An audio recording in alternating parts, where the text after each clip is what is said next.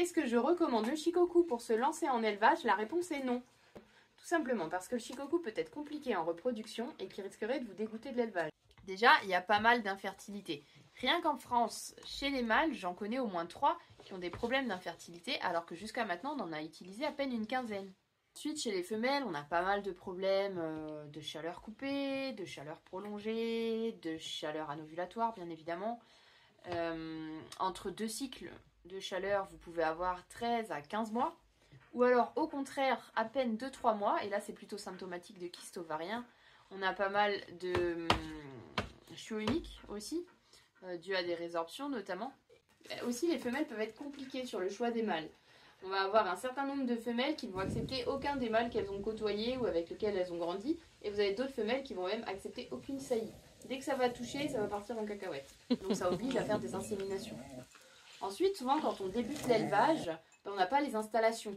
Donc on se dit qu'on va prendre 2-3 femelles et un mâle pour commencer. Et puis séparer dans les différentes pièces ou dans le jardin. Et aussi, souvent, on est obligé de travailler à côté. On ne peut pas vivre uniquement de l'élevage avec 2-3 portées. Et en ça, le Shikoku ne va pas être la race la plus appropriée.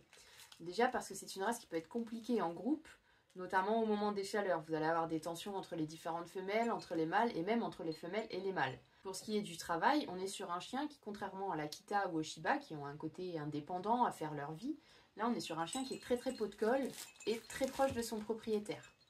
Il va demander beaucoup d'attention, beaucoup de dépenses physiques, et si vous n'êtes pas assez présent, c'est des chiens qui peuvent être fugueurs. Or, la simple clôture de votre jardin ne va pas suffire, même si elle fait 1m80, à le retenir si jamais il veut fuguer. Et ça, il y a une éleveuse qui en a fait les frais en France et qui du coup a arrêté la race pour ça.